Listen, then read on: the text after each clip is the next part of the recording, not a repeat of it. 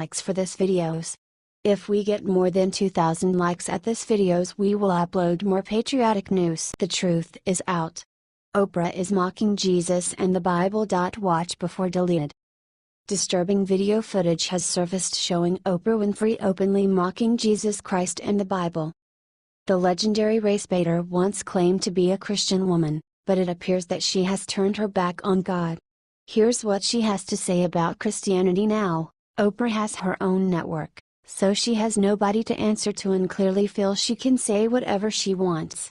She claims there are many ways to God, but as the Bible tells us, there is only one way, Jesus Christ. Share this story if you think Oprah owes Christians everywhere an apology. H.T. American column.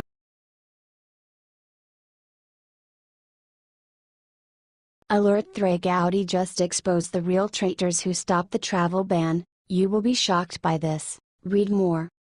Congressman Trey Gowdy of upstate South Carolina was offended about what the Ninth Circuit Court did about Trump's travel ban. He conveyed a scorching reprimand to them. Recently, Gowdy came back to get at the other gathering who trumped a profound damage with sanctioning the ban. Gowdy addressed Martha McCallum on Fox News and tore into the lawful direction who best draft the ban, and portrayed how they made a terrible showing with regards to the lawful written work, giving the government court the opening to turn it down on the grounds that it was inadequately worded. Said Gowdy in regards to how he would draft the ban in an unexpected way, "My counsel to the president, I'm sure he is receiving this counsel, because he's got access to much better lawyers than me. You have to have a different evidentiary basis depending on the category at bar. U.S. citizens is one category. If you have a visa and you have relied upon that visa to either rent an apartment or put your kids in school, then, you do have certain property interests that you would want protected. Therefore, you are entitled to due process." McCallum asked, "There is an indication it was written by basically outside counsel and not run by the Dodge. And you just pointed to a number of holes in this initial executive order. What do you think about the fact that that's the way that it was apparently done?" Gowdy answered, "I am prepared to give this president time. He is never served in the House, the Senate. It is up to his advisors, including his legal advisors, to say, Mr. President, with different categories like non-immigrant visa holders, versus U.S. citizen, versus non-U.S. citizen, there is a different legal analysis. And it is incumbent upon his advisors to provide him with the evidentiary basis to withstand a court scrutiny. What do you think about this? Do you think Gowdy is 100% right about Trump's shoddy legal counsel? Do not hesitate and leave your thoughts in the comments section below. Watch the full video below, share the truth, be patriots.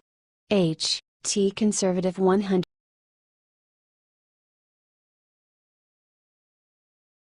Massive news: Trey Gowdy destroyed John Brennan and gave Trump the best gift of his life. According to Liberty Writers, the CIA director, John Brennan, testified before the House today on whether or not Russia interfered in the 2016 election. Democratic Representative Adam Schiff asked Brennan if his aides pressured the intelligence community to drop the Flynn investigation. The two words that Brennan said next shocked everyone in the room. John Brennan said, "No, sir." Trey Gowdy asked Brennan the following question, and then he asked John Brennan specifically, "Did you have evidence of a connection between the campaign and Russian state actors?" Brennan then responded by saying, "As I said, Mr. Gowdy, I don't do evidence. What do you think of this? Share your opinion."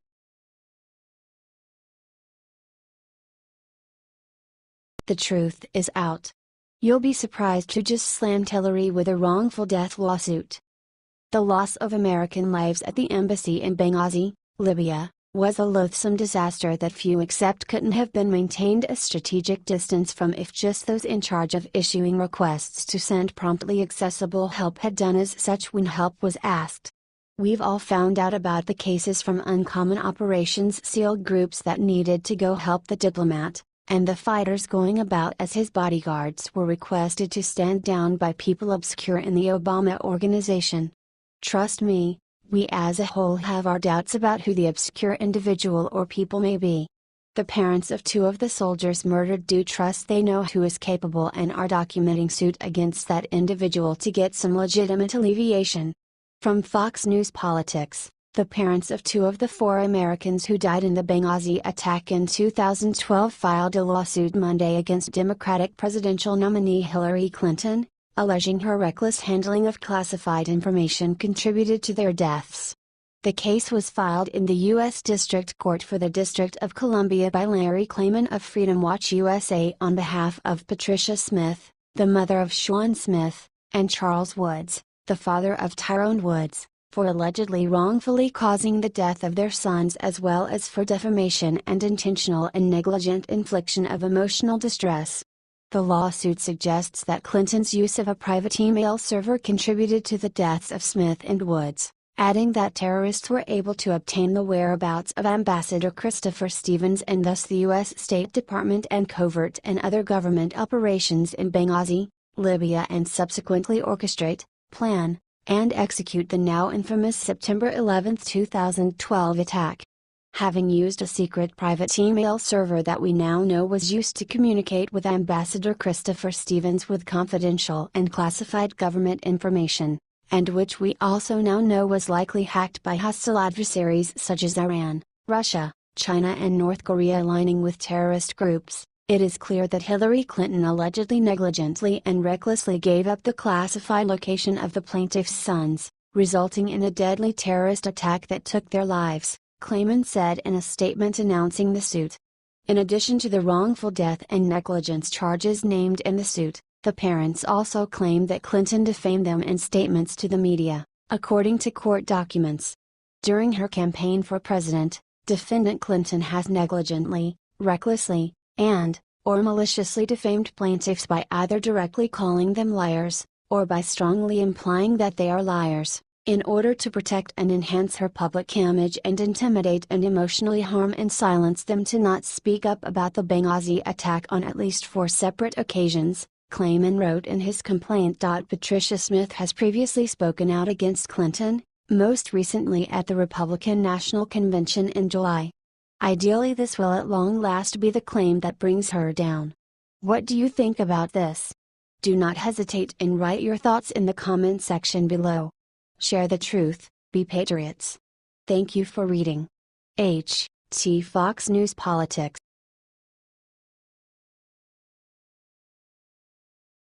Game changer: Nancy Pelosi might get sacked from Congress after doing this. Nancy Pelosi, House Minority Leader, has been demanding for President Trump to be impeached since the moment he took over office. It looks like a top Republican has had more than enough of it. Well, maybe it's time we expel Nancy Pelosi and the Democrats from Congress, said Mark Levin on his radio show this week. If they're going to talk about impeachment, well then we need to talk about expulsion. It's time to go on offense. Listen to it here. They talk about impeachment like it's no big deal. It is a big deal. Levin went on to say. They don't really care about the Constitution. It's about power. Pelosi could easily wind up losing her seat in Congress, as her level of popularity has been plummeting ever since she started with her constant and insane attacks on Trump. If you think Nancy Pelosi should be thrown out of Congress, share this.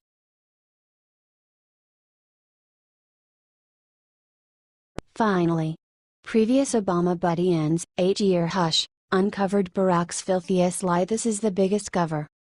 Hillary, Obama, and various other Democrat clods really needed to put climate change deniers in jail.